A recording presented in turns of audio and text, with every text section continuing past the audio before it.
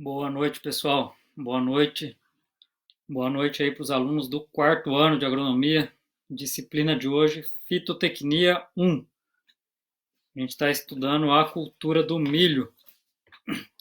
Tiziana está estudando com vocês a cultura da soja nessa mesma disciplina. E a gente está vendo a cultura do milho.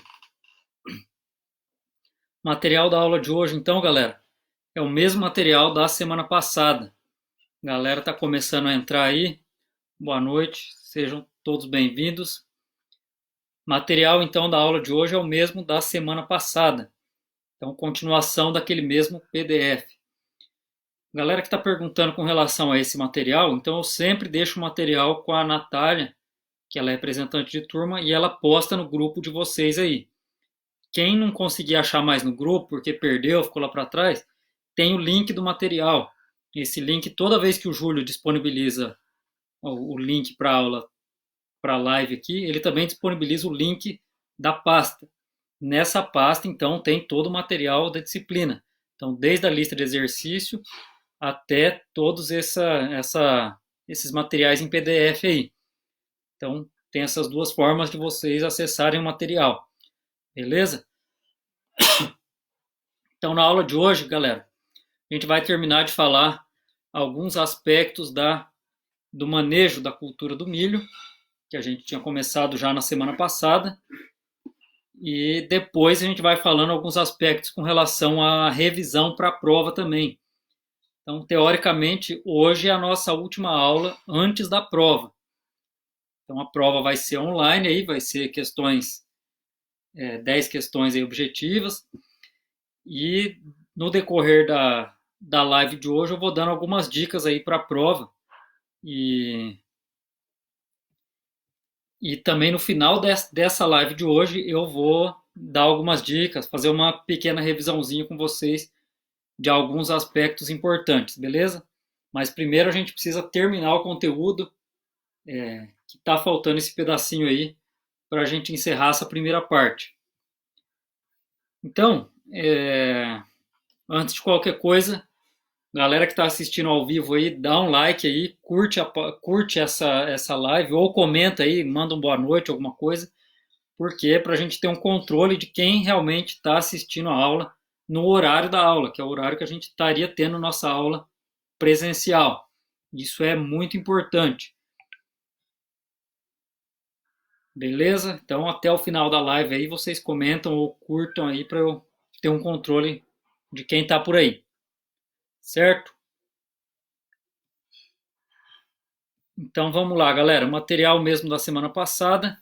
Deixa eu pegar aqui, que é a aula de número 3 de Fitotecnia 1.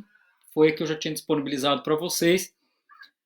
O primeiro slide da aula de hoje é o slide de número 19, para quem está acompanhando com o material aí. Então, o início desse material, os primeiros slides aí, a gente viu na semana passada. E agora a gente vai começar no slide de número 19. Falando um pouquinho então do preparo do solo. Quando se fala em preparo do solo para a cultura do milho, é importante que esse preparo, independente de que tipo ele seja, é importante que ele propicie as condições adequadas para a semente de milho germinar e para estabelecer o sistema articular da cultura quando a planta começar a se desenvolver. Então, quando se fala em preparo de solo, a ideia justamente é fornecer para a semente essas condições de germinação e para o sistema articular se estabelecer e, obviamente, trazer suporte para a cultura que vai estar iniciando o ciclo dela aí. Então, existe basicamente duas formas de preparo de solo, que é o plantio convencional e o plantio direto. Então, são velhos conhecidos nossos já. Basicamente, a diferença, hoje em dia ainda se utiliza os dois métodos aqui, a diferença do plantio convencional para o plantio direto é que no plantio convencional a gente tem o revolvimento do solo. A gente tem os restos de cultura, matéria orgânica que é incorporada no solo com, com práticas de aração e gradagem, geralmente uma ou duas gradagens. Então, a aração de aproximadamente 25 centímetros aí de profundidade, seguida depois por uma ou duas gradagens para nivelar esse solo e ele ficar um pouco mais adequado para o plantio. Essa aração visa principalmente eliminar a camada compactada do solo. Então, se eu tiver uma camada compactada em uma compactação subsuperficial, que ela é um pouco mais para baixo da superfície do solo, então a gente vai usar diferentes estratégias de arado aí para poder descompactar. Então, com uma subsolagem aí, com o sulcador, vai depender do tipo de sulcador que você vai usar, justamente para romper essa camada compactada. Uma outra estratégia que pode ser feita também é a utilização de culturas anteriormente ao milho, culturas com um sistema radicular um pouco diferente, um pouco mais agressivo, como o nabo forrageiro, por exemplo, que tem um sistema radicular pivotante, e ele é um sistema radicular bem agressivo, e ele consegue romper essa camada compactada. Então, numa rotação de cultura aí, é uma estratégia interessante também. E o outro sistema que a gente tem é o sistema de plantio direto, que hoje em dia ele acaba sendo muito mais utilizado do que o plantio convencional, justamente porque ele é uma estratégia, como a gente viu lá na disciplina de manejo do solo, o plantio direto ele é uma estratégia conservacionista do solo. O próprio sistema de plantio direto já tem as vantagens de um manejo adequado e conservação adequada do solo. Então ele tem uma infinidade de benefícios aí quando comparado com o plantio convencional. Então a ideia do plantio direto, no caso aqui, principalmente em solo não compactado, é evitar o revolvimento do solo. Então a gente faz uma dessecação, usa alguns herbicidas aí, coloquei uma lista de alguns herbicidas comumente utilizados aí. A gente faz uma dessecação e faz o plantio em cima da palhada da cultura anterior. Pode ser a soja, pode ser uma outra cultura, ou até mesmo as plantas daninhas que foram dessecadas aí. Então forma uma cobertura de palhada e o plantio direto é feito nessas condições. Depois, na nossa aula presencial, lá no segundo semestre, a gente vai ver um pouquinho da soja e a gente vai voltar a falar mais um pouquinho do plantio direto. Mas, basicamente, para o milho, a gente tem essas duas estratégias aí. Com relação à adubação do milho, não, na aula passada a gente viu falando um pouquinho de calagem, agora a gente vai ver falando um pouquinho de adubação. Então, quando se fala em adubação do milho, dois aspectos são extremamente importantes que eu preciso levar em consideração para calcular a quantidade de adubo e qual adubo que eu vou utilizar. Quais aspectos são esses? Então, primeiro, a produtividade que eu quero alcançar no meu sistema de produção. Segundo, os dados da análise de solo. Então, qualquer cálculo de adubação que a gente for fazer, a gente vai levar em consideração esses dois parâmetros. Quanto que eu quero produzir na minha área, quanto de produtividade e quanto de cada elemento eu tenho no solo. Então, resultado da minha análise de solo. A partir daí que a gente faz o cálculo de adubação. Por quê? A matemática aqui é bem simples. Eu preciso saber quanto que tem no solo, eu preciso saber o tanto que a planta vai extrair para produzir aquele tanto que eu quero produzir. Então, se eu quero produzir 100 sacas, 150 sacas, 200 sacas por hectare, o tanto que a planta vai extrair por hectare é diferente. Então, se eu quero produzir 200 sacas por hectare, 150, eu preciso saber o tanto de nutriente que a planta vai exportar. E saber o tanto que eu tenho no solo. Com relação a isso, a gente consegue determinar, através dos cálculos, quanto que eu preciso adicionar na adubação. Então é óbvio, o tanto que tem no solo mais o tanto que eu vou colocar na adubação tem que ser suficiente para a quantidade que eu quero produzir. Isso, obviamente, que a gente leva em consideração também o tanto que é perdido por lixiviação, por erosão, por volatilização, por mineralização, vai depender do elemento aí. Então, a gente precisa levar em consideração esses fatores.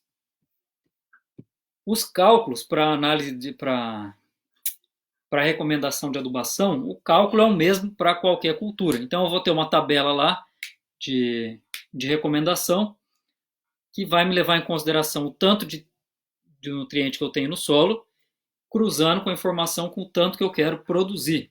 Então são dois dados que eu preciso ter em mãos. Eu vou cruzar lá na tabela e vou encontrar o valor responsável pelo tanto que eu preciso colocar na adubação de nitrogênio, de fósforo e de potássio. O cálculo para essa adubação a gente vai deixar para fazer quando a gente voltar com a nossa disciplina presencial, porque para qualquer outra cultura o cálculo é o mesmo. O que vai mudar é a tabela de recomendação. Cada cultura tem uma tabela específica para cada estado. A gente vai ver isso também. Inclusive, tem um livro aí na biblioteca, lá na faculdade, na biblioteca, que a gente vai utilizar para pegar essas tabelas de recomendação de adubação. Então, para cada cultura, eu vou ter o valor que eu tenho na análise de solo, o valor que eu pretendo produzir, minha produtividade, e eu vou encontrar o valor que eu preciso adicionar de adubo. E daí sim eu vou fazer os cálculos para saber se eu vou usar um adubo formulado ou se eu vou utilizar várias fontes diferentes de nitrogênio para fazer essa adubação. Mas aí, como isso é igual para todas as culturas, a gente vai deixar esses cálculos para fazer quando voltar às aulas presenciais, porque daí na sala de aula fica mais fácil da gente calcular junto, no quadro e tal, eu acho que fica mais didático. Então eu não vou cobrar esse aspecto agora, por exemplo, porque a gente vai ver com mais detalhes depois que a gente estiver na sala de aula. Para o trigo, para a aveia, para a soja, que são outras culturas que a gente ainda vai ver esse ano, certo? No caso do milho aqui, então, uma das possibilidades é usar um adubo formulado, que ele já vem com as proporções de cada nutriente, por exemplo, 25, 25, 20, 20, 20, 20, 15, 18, 15. Então, são as proporções de nitrogênio, de fósforo e potássio com relação ao total do meu adubo. O adubo ele não é 100% puro. Se eu pegar 100 kg de adubo, ele não vai ter... não vai ser esses 100 kg que vai ser de NPK. A gente vai ter outros elementos aí no meio. Então, a gente vai fazer essas contas depois. Mas, basicamente, a gente tem, então, nesses formulados, geralmente a gente usa de 10 a 30 kg de nitrogênio por hectare. Então, a quantidade de nitrogênio aqui não é muito alta, porque o nitrogênio, a planta não vai precisar dele logo no começo, já no estabelecimento da cultura.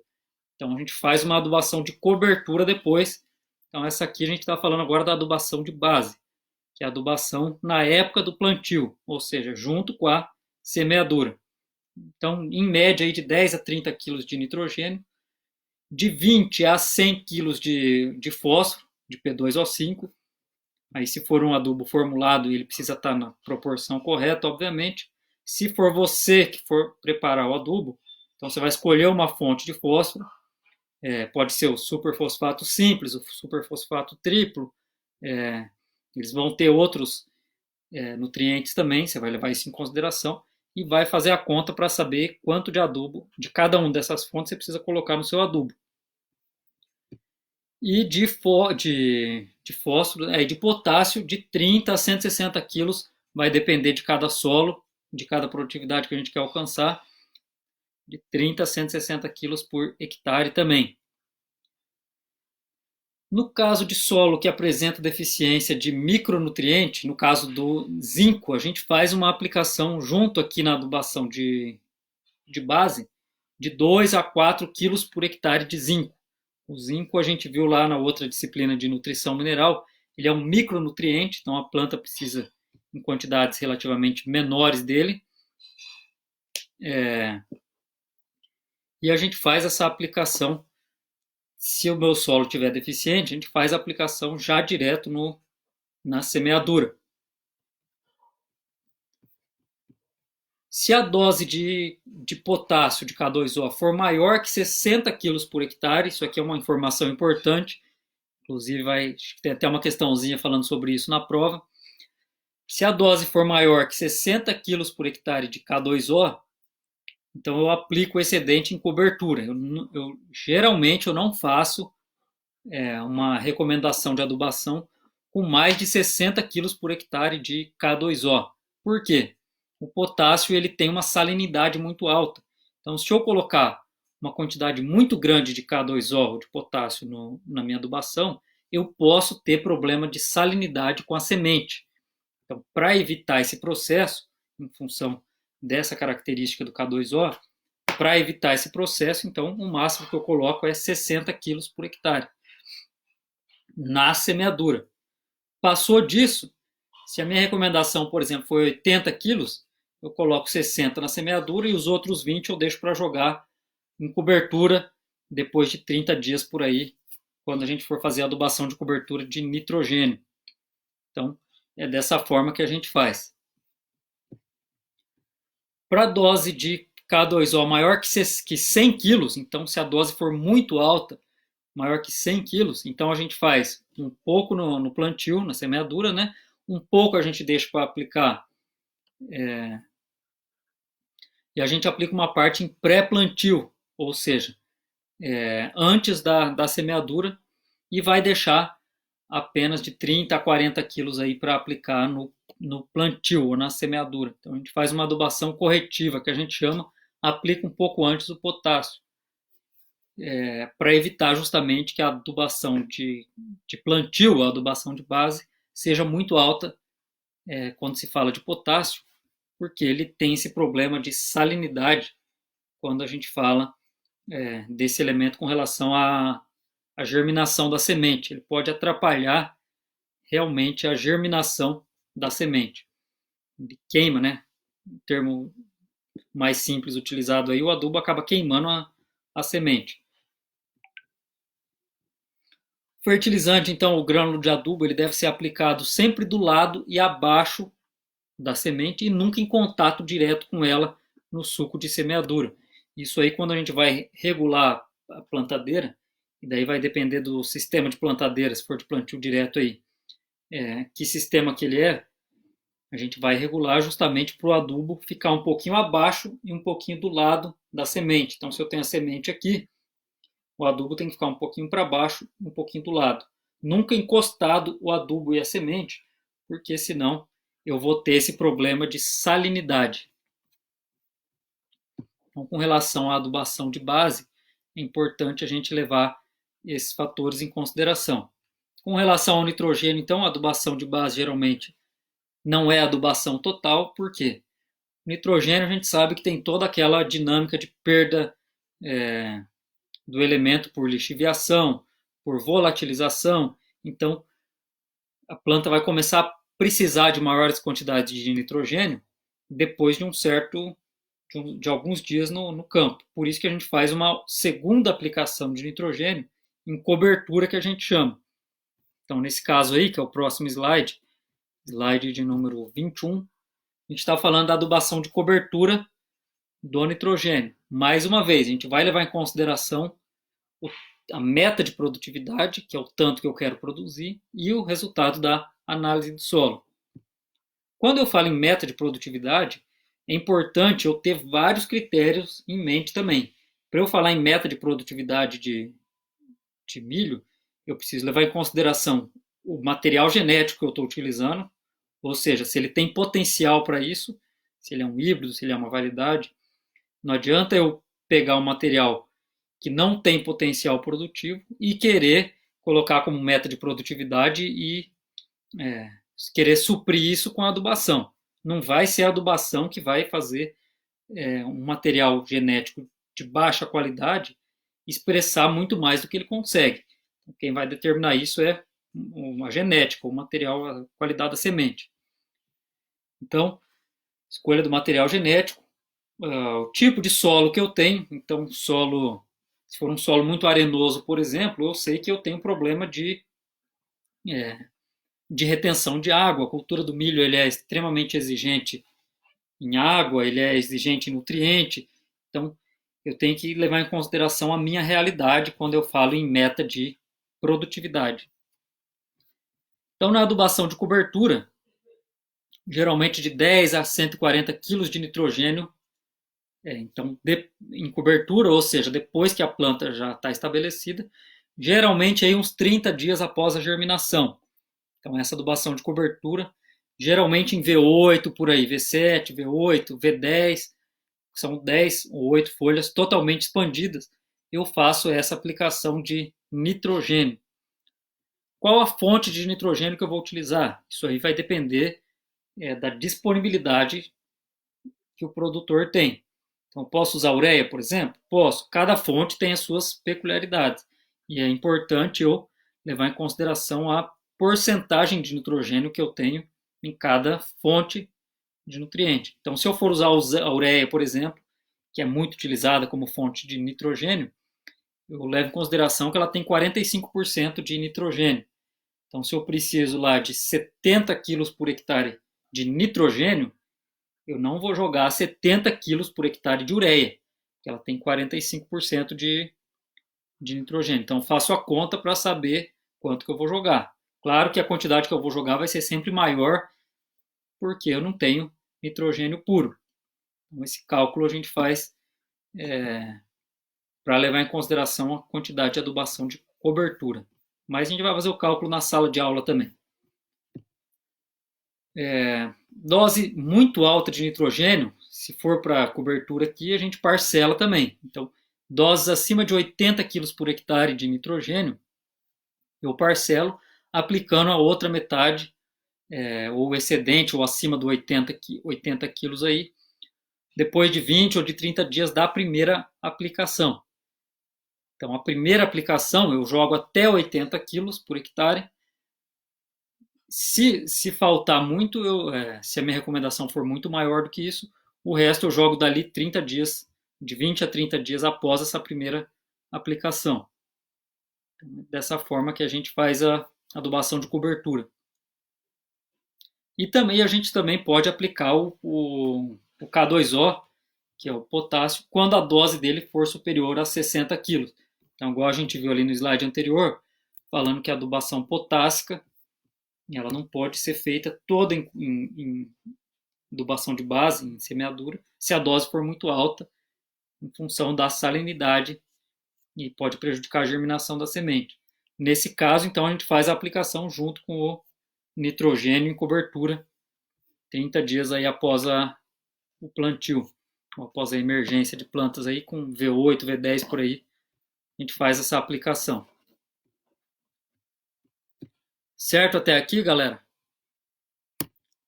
Então, os cálculos a gente deixa para fazer na prática aí na sala de aula, que fica mais dinâmico para a gente aprender. Com relação à escolha de cultivar, então tá, eu vou plantar milho, eu já vi quais cultivares eu tenho, como é que funciona, qual a necessidade de clima, de solo que o milho precisa. Agora eu preciso escolher que milho que eu vou plantar. Então, hoje no mercado existe uma gama muito grande de material disponível para plantio de milho. Inclusive, várias empresas aí extremamente competentes e competitivas entre si oferecem materiais muito bons para plantio de milho. Como que eu vou escolher esse material, então? Em decorrência da escolha aí para eu plantar. Então, em função dessa grande quantidade de material que eu tenho no mercado, eu preciso avaliar qual é o meu objetivo de plantio. Então, eu vou escolher um híbrido, vou escolher uma variedade, vou escolher uma cultivar transgênica ou convencional, eu vou escolher uma de ciclo mais tardio, uma de ciclo mais precoce. Então, tudo isso é preciso levar em consideração. Então, para a escolha de cultivar, no próximo slide, número 23 aí, eu preciso ter em mente esses 6 aspectos aqui que vai me ajudar a escolher uma cultivar. E isso está relacionado com o trabalhinho de vocês lá da cultura do milho, que eu passei para vocês aí com relação ao primeiro bimestre. Escolher cultivar de milho naquele determinado estado lá, escolher uma cidade, ver condição de clima e solo daquela cidade e vai determinar qual cultivar você vai escolher. Primeiro detalhe importante aqui, obviamente, qual o objetivo da minha produção. Então, se eu vou produzir milho para grão, eu vou dar um foco. Se eu vou produzir milho para silagem, eu vou dar outro foco. Claro que se eu for produzir milho para grão, eu vou escolher um material genético que tenha uma grande produtividade de grãos, então, alta capacidade produtiva. Se eu vou escolher material para silagem, é importante que, além de ter uma capacidade produtiva de grãos, ele também tem uma capacidade produtiva de matéria seca ou de palhada, que vai facilitar a utilização para silagem. Então, isso são aspectos importantes aqui para ser levados em consideração. Com relação ao tipo de cultivar, eu posso escolher, por exemplo, um híbrido ou uma variedade. E o que vai me determinar se eu vou escolher um híbrido ou uma variedade é o meu sistema de produção. Então a gente sabe que a variedade, o preço da semente é um pouco mais barato, obviamente, só que o potencial produtivo dela também é mais baixo. Então ela não requer as condições muito adequadas de fertilidade do solo, de clima, de necessidade hídrica. Ele é muito mais flexível. Então, quando eu estou falando de variedade, então além de ser mais barato, a semente é mais barata, só que o potencial produtivo, obviamente, que também é menor. Isso vai, quem vai determinar se eu vou plantar um híbrido ou uma variedade é o tanto de tecnologia que eu quero investir no meu sistema produtivo. Então, se eu escolher uma variedade, eu sei que ela não tem um potencial produtivo lá em cima. Agora, se eu tenho uma propriedade que eu já tenho uma capacidade produtiva do solo um pouco melhor, um solo um pouco mais estruturado, mais fértil, e eu vou investir um pouco mais no meu sistema de produção em tecnologia, aí eu vou escolher, obviamente, um híbrido. Então, isso aí quem vai determinar é o bolso do produtor e as condições que ele tem disponível. Detalhe da variedade, você pode usar a semente dela de um ano para o outro para ser utilizada no outro plantio, por exemplo. Se for híbrido, não existe essa possibilidade, porque a gente sabe que ele perde o potencial produtivo em função de entrar em endogamia depois da primeira multiplicação no campo. No caso da variedade, não existe variedade com tecnologia transgênica, por exemplo, associada. Então, tecnologia transgênica está relacionada com os híbridos. E se eu for escolher um híbrido, então eu tenho que ter em mente que ele tem maior potencial de produção, porém a semente também é mais cara, e eu vou precisar de um sistema produtivo muito mais adequado, vamos dizer assim, muito mais ajustado. Então a nutrição e a fertilidade do meu solo tem que ser adequada, eu tenho que saber que a minha quantidade de água no solo tem que ser adequada também, então obviamente que exige muito mais do sistema de produção. Então o híbrido simples ele é o mais produtivo, que ele é o cruzamento de duas linhagens endogâmicas, diferente uma da outra, linhagem A e linhagem B, por exemplo, cruza, forma um híbrido simples. Ele vai apresentar, vocês estão estudando endogamia e na disciplina da GLEI aí, daqui a pouco vocês vão ver essas questões aí também, de heterose, endogamia. Então é esse o princípio que é utilizado para a produção do híbrido. Então, o híbrido simples ele vai ter um maior potencial produtivo, que é o cruzamento de duas linhagens endogâmicas diferentes. Depois a gente vai ter o híbrido simples modificado, que é o cruzamento desse híbrido simples com uma terceira linhagem. Depois a gente vai ter o híbrido triplo, na sequência aí de maior produtividade. Depois o híbrido duplo e por último a gente vai ter a variedade. Então, os híbridos sempre vão ter começando do híbrido simples, depois o simples modificado, depois o triplo, depois o duplo, e os modificados aí no meio aí, e só no final a gente vai ter a variedade, que tem menos potencial de produção no caso. Terceiro aspecto aí do nosso slide, se ele é convencional ou se ele é transgênico. Isso vai depender também da tecnologia que eu tenho disponível e do quanto eu quero investir na minha lavoura de milho. Então a gente sabe que o material transgênico já tem certa facilidade de manejo, ao passo que fica um pouco mais caro, obviamente, essa tecnologia. Então, vai depender de como eu quero fazer o manejo, de quanto eu quero gastar, na verdade. Com relação ao ciclo, então, se eu vou escolher um ciclo super precoce ou normal, isso vai depender de vários pontos aqui. Então a gente sabe que o ciclo ele é determinado, vai ter uma questãozinha na prova sobre isso também. O ciclo do milho ele é determinado pela soma térmica, que é a quantidade de graus dia que ele vai somando desde a emergência até o pendoamento. Então, a gente faz uma continha com a temperatura máxima e a temperatura mínima, soma, divide por 2, aquela questãozinha que eu coloquei na aula passada para vocês. Inclusive está nesse mesmo slide aqui, eu acho. Deixa eu já até voltar aqui para ver. Está aqui nesse mesmo slide, a gente viu na semana passada, deixa eu achar aqui. Em algum lugar aqui desse mesmo material. Ou não, mentira, está no material da semana, aula de número 2, na verdade.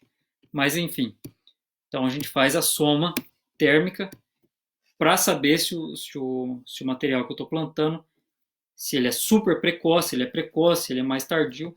E o que vai determinar a escolha desse material? Quando eu compro o material, eu já sei se ele é precoce, se ele é semi-precoce, se ele é hiper precoce, se ele é tardio. O que vai determinar, então, são fatores como: se eu já tenho uma cultura no campo antes, então vai depender da colheita dessa cultura para eu plantar.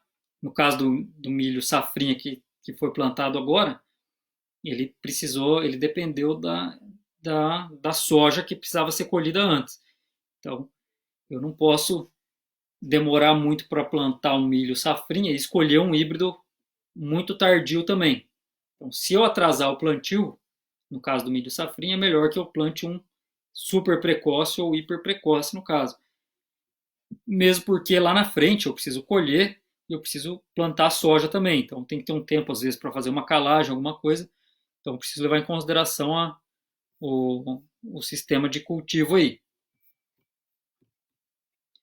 Então a época de plantio, se eu tenho outras culturas que eu vou plantar antes ou depois, e também as condições climáticas. Então se eu demorar muito para plantar, igual eu falei para vocês, eu não posso usar um material tardio, porque no inverno, por exemplo, eu sei que a soma térmica vai ficando menor, porque o dia vai ficando mais frio, então a soma térmica vai diminuindo. Obviamente que ele vai demorar mais tempo para atingir a soma térmica necessária dele para emitir o pendoamento. Então, se eu plantar muito tardio no inverno, o que acontece? O ciclo vai ficar muito longo e vai atrapalhar o meu calendário. A mesma coisa, o contrário também é verdadeiro. Se eu for plantar no verão e numa região muito quente, e eu plantar um híbrido super precoce, por exemplo, a soma térmica ou quantidade de grau dia que ele vai acumulando vai atingir muito rápido, porque o local é muito quente, então o ciclo vai ficar muito curto, vai afetar a minha produtividade. Então, tudo isso tem que ser levado em consideração. Adaptação da cultivar, então se esse material genético tem registro para aquele estado, então se a empresa já tem o registro daquele material, e com relação ao zoneamento de risco agroclimático. Isso aqui é extremamente importante para seguro. Você não consegue fazer o seguro do seu sistema de produção aí se não tiver dentro do zoneamento de risco climático. Então, se você for lá procurar um seguro para fazer, você não tiver com um milho adequado, se ele não for adequado para aquela região e nem naquela época de plantio, seu seguro não vai ser aprovado porque o risco climático é muito alto. Então, quando a gente vai fazer seguro, a gente precisa saber que tem algumas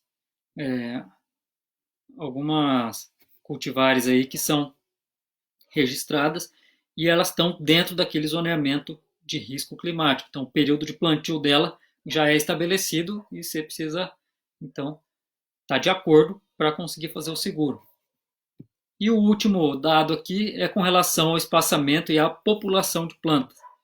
Então, com relação ao espaçamento, a gente viu na aula passada que cada material genético tem a sua peculiaridade. Então, quanto menos fértil for o solo, quanto mais arenoso for o solo, eu não posso colocar uma população de plantas muito grande, porque o meu solo não vai ter capacidade de suprir aquela necessidade. Ou então, se eu tenho plantas de porte muito alto e plantas com ciclo muito longo, eu também não posso colocar uma população de plantas muito grande. Agora, se o meu híbrido for super precoce, por exemplo, e tiver um porte um pouco mais reduzido, eu consigo colocar um número de plantas maior por hectare. Então eu tenho que levar isso em consideração também. Então esses são os aspectos de manejo aqui da cultura do milho. Uma outra questão que a gente vai ver agora é com relação ao milho transgênico. Então a gente sabe que algumas novas tecnologias aí vêm surgindo no mercado. Basicamente, então, próximo slide aí de número 24, com relação ao milho BT. O que é o milho BT?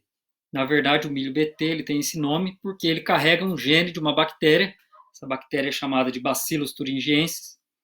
Essa bactéria de Bacillus thuringiensis já era usada há muito tempo atrás, algumas décadas atrás, inclusive, como controle natural. Por quê? Essa bactéria ela produz uma proteína e essa proteína paralisa o sistema digestivo das lagartas do gênero Lepidoptera. Então, esse é o princípio de funcionamento do milho BT. Com o auxílio da transgenia, então, os pesquisadores isolaram esse gene, somente o gene, e transferiram ele, colocaram dentro do genoma do milho. Então, quando o genoma do milho começa a expressar as proteínas que ele vai produzir naturalmente, ele acaba produzindo essa proteína também. E essa proteína, quando a lagarta se alimenta, então ela paralisa o sistema digestivo, ela não consegue se alimentar, ela acaba morrendo. Então, lagartas do gênero Lepidoptera são facilmente controladas, ou então eram facilmente controladas antes da quebra de resistência. Então, lagarta do cartucho, que é a Spodoptera, a lagarta da espiga, que é a Helicoverpa, que tem ganhado um potencial grande aí, a broca do colmo, que é a Diatreia saccharis, que é a mesmo da cana-de-açúcar, a lagarta elasmo. Então, são algumas lagartas do Lepidópteros que conseguem ser controladas por essa proteína. Na alimentação humana, essa proteína não causa problema nenhum, porque o nosso sistema digestivo é um pouco diferente do sistema digestivo da lagarta. Então, quando a gente se alimenta de um milho BT, a gente não vai ter esse tipo de problema. Então, ele é seguro para a alimentação humana. O próximo slide aí tem uma tabela com as marcas dos milhos e as características que ele tem. Então, vai depender de cada empresa. Cada empresa coloca um nome diferente para o milho dela, para expressar essa característica de transgenia. Então, no mercado aí a gente tem o Herculex, o Yieldguard, o Viptera, aí depois a gente tem a associação entre eles. Então, tem o nome da marca aí na primeira coluna, aí tem a sigla na segunda coluna. Então, Optimum, Intrasect, tem várias tecnologias e várias marcas disponíveis no mercado aí. E na última coluna ali, a classe de inseto e de inseticida e de herbicida, aliás, que ela é resistente. Então, por exemplo, se a gente pegar ali o Yieldguard, que é o primeiro, ele só tem a proteína do BT, então ela é resistente aos lepidópteros, então são resistentes às lagartas. Se eu pegar o Herculex, por exemplo, ele já tem resistência à lagarta e tem resistência ao glufosinato de amônio. Então são duas tecnologias envolvidas, não só a BT. Por exemplo, ali, a Yieldguard VT Pro 2. A VT Pro 2 da Yieldguard ela tem contra lepidópteros e contra o glifosato. Então, já tem essas duas tecnologias desenvolvidas. A Roundup RR aqui no meio, resistência ao glifosato. E assim por diante. Então, quando a gente vai comprar o milho transgênico aí, a gente tem que ver o que eu estou comprando, qual a tecnologia que está vindo junto. Então, ela só é resistente a lagarta lepidóptera, ou ela tem resistência a herbicida também. Então vai depender do tipo de material que a gente está comprando. No próximo slide aí, com relação ainda ao milho BT, a gente tem essas características aí das proteínas, que são as proteínas CRY, que a gente chama. Então, a primeira proteína CRY utilizada foi a CRY1AB, que é essa primeira da coluna da esquerda aí. Só que ela foi perdendo um pouco da resistência as lagartas foram quebrando essa resistência e foram descobrindo outras proteínas parecidas. Então a gente tem a proteína Cry1, Cry1F, Cry1A, Cry2 e a VIP3A. Então a gente tem várias proteínas diferentes, que são vários genes diferentes, que têm a mesma função, vamos dizer assim. E daí, para evitar a quebra de resistência, o que as empresas fazem? Elas fazem um processo de piramidação, que a gente chama. Essa piramidação é um termo que a gente usa. Piramidação remete à pirâmide. Então, a piramidação é a utilização de mais de um gene de proteína BT aqui para evitar a quebra de resistência. Então, a lagarta pode ter desenvolvido a resistência do gene Cry1, mas ela ainda tem eficiência. O gene Cry2 ou o VIP3 ainda funciona. Então, quanto mais genes eu tenho na mesma tecnologia, então essa piramidação, então a utilização de mais de um, é o processo que a gente chama aqui. E aqui a gente tem as marcas mais comuns do mercado aqui, YieldGuard, Hercules, Viptera, Viptera 3, PowerCore. Então a gente vê quais proteínas esses materiais expressam. Por exemplo, a PowerCore aí, ela tem o gene Cry1F, o gene Cry1A e o Cry2. Então são 3 proteínas diferentes. A chance de aparecer resistência é maior. A última ali de baixo, o PowerCore Ultra, ele tem 4. Ele tem inclusive a proteína VIP3. Então, tem maior chance ainda de evitar a quebra de resistência aqui. Certo, galera? Aí, com relação ao manejo desse milho BT, é uma questão importante aqui, que são com relação às zonas de refúgio. Então, antigamente, quando começou a se produzir milho BT, aqui no Brasil, inclusive, o milho BT surgiu em 2007. Surgiu em 2005 em algodão e 2007 em milho, a tecnologia BT, em transgênico, né? E daí, então, a recomendação era para utilizar uma zona de refúgio, uma área de refúgio, para evitar a quebra de resistência dessas lagartas. O que acontece então? Qual o objetivo dessa zona de refúgio? É justamente prevenir ou pelo menos retardar ou atrasar a evolução da população de lagartas resistente. Então, é por isso que existe essa zona de refúgio, que a maioria dos produtores na época não respeitaram muito. Então, a quebra de resistência foi aumentando cada vez mais e foi uma tecnologia que perdeu o efeito, vamos dizer assim, nas primeiras as primeiras tecnologias, quando utilizavam um único gene, ele perdeu o efeito rápido porque o agricultor não soube fazer o manejo adequado, por teimosia, na verdade. Então, eles não deixaram de lado a ideia de fazer uma zona de refúgio aqui, que está dentro do programa de manejo de resistência de insetos. Então, qual a função dessa zona de refúgio? Então, eu vou plantar minha área com milho BT, eu preciso deixar uma porcentagem da minha área com milho convencional. E nesse milho convencional, obviamente, que eu faço o controle com inseticida normal para essas lagartas. Só que o produtor tinha um pouco de preguiça ou um pouco de preconceito, ou achava que era muito trabalhoso plantar um milho BT aqui e numa faixa do lado plantar um milho convencional. Tem que comprar outra semente, fazer um manejo diferente, então acabou ficando de lado. O que acontece? Então a ideia aqui é eu ter essa zona de refúgio, que é uma zona que eu planto milho não BT, ou seja, tradicional, convencional, que a gente chama, para produzir insetos suscetíveis a essa tecnologia de BT. Então, o inseto que está produzido aqui na zona de refúgio, ele vai cruzar ou vai se acasalar com um resistente que sobreviveu ao milho BT. Então a ideia é o seguinte, eu vou plantando milho BT, algumas lagartas ali no meio vão ter resistência. E essa lagarta, quando ela tiver resistência, ela não vai morrer.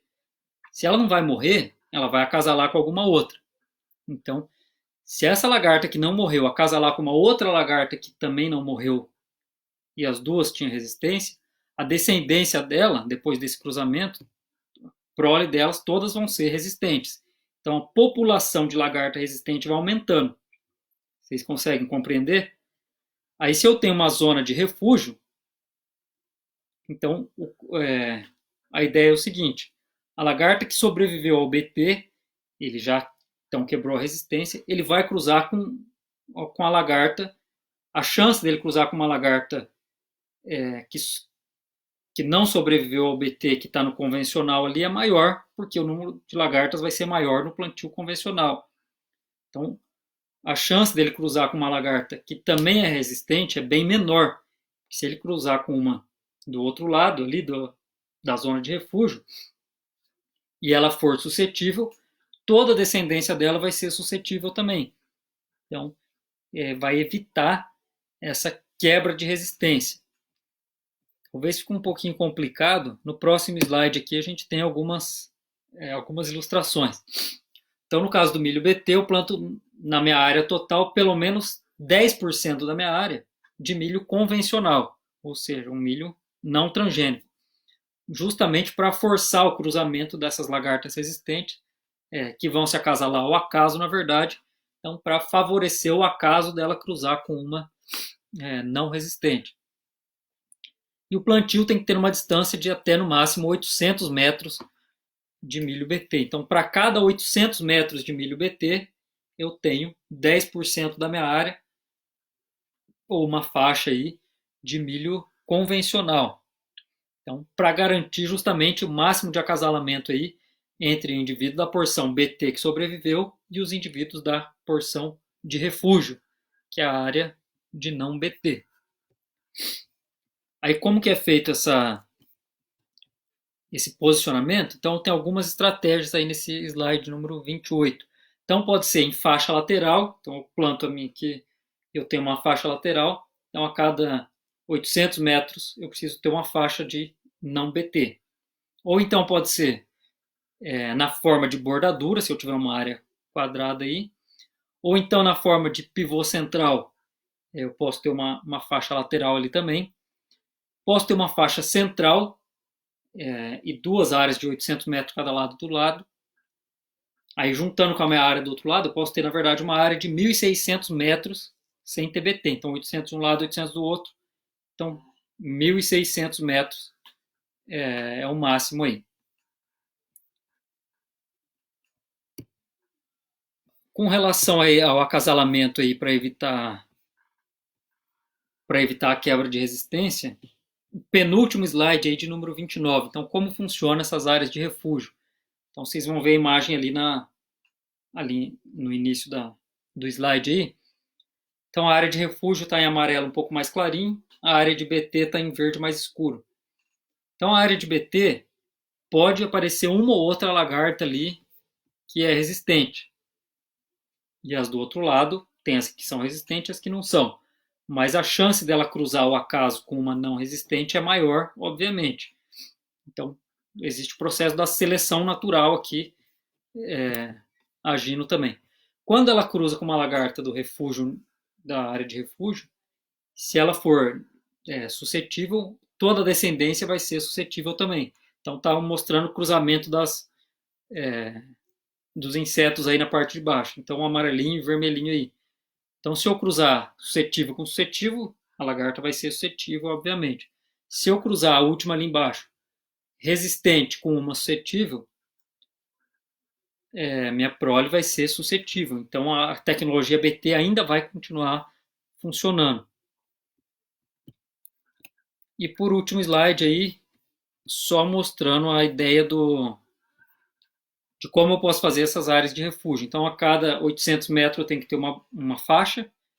Então, se eu usar uma faixa uma de cada lado, eu posso ter 800 metros de cada um no meio. Então, são 1.800 metros, aliás, 1.600 metros que eu posso ter de intervalo entre uma área de refúgio e outra. Certo? É um pouquinho complicado de explicar em pouco tempo isso aqui, mas quem tiver mais curiosidade de saber, dá uma procurada nos materiais aí na internet. Pode me procurar também que eu vou ajudar a esclarecer um pouco mais quem ficou com dúvida aí. Deixa eu pegar a prova aqui agora para a gente ver com relação à prova, o que eu posso ajudar aqui numa revisão aqui. Vamos ver.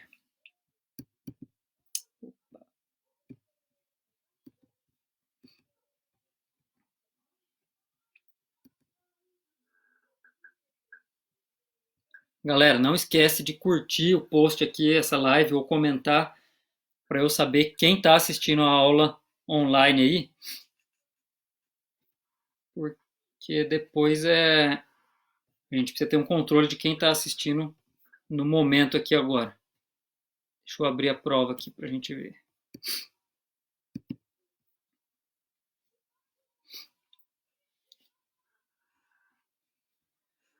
Vamos ver a prova aqui.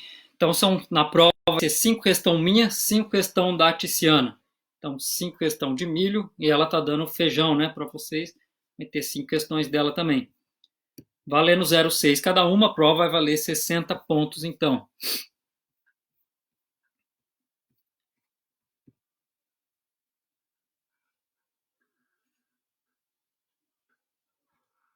Deixa eu ver o que vai ter aqui.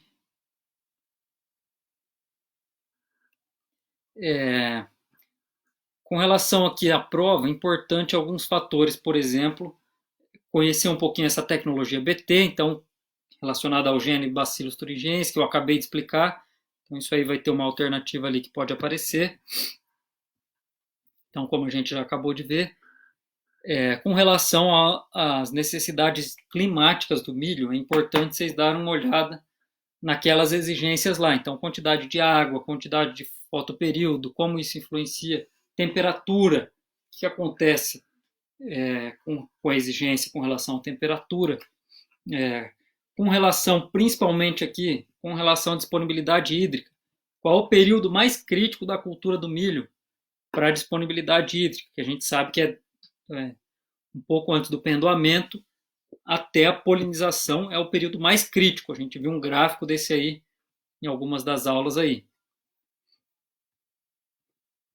Com relação às fases, os períodos fenológicos do milho, então, como que eu determino essas fases? Na verdade, a fase vegetativa, eu levo em consideração o número de folhas totalmente expandidas. Então, que são as folhas que têm o cularinho, ou a lígula, que a gente chama, visível é o número de folhas totalmente expandidas para a fase vegetativa. Isso é importante saber. E dentro dessa fase vegetativa, então, quais as características aí? Na fase reprodutiva, então, a presença de estruturas reprodutivas, no caso, o estilo estigma ou embonecamento, a emissão do estilo estigma na espiga, que é a parte da flor feminina, indica então a fase de reprodutiva, o início da fase reprodutiva, e depois a gente vai ter a densidade dos grãos. Então, se ele está o grão leitoso, se ele está farináceo mole, farináceo duro, se ele está pastoso. Então, isso a consistência do grão também vai me ajudar a determinar qual fase reprodutiva que eu estou na cultura do milho. O que mais aqui? Com relação ao espaçamento, essas questões que a gente acabou de ver na aula passada e na aula de hoje, adubação, espaçamento.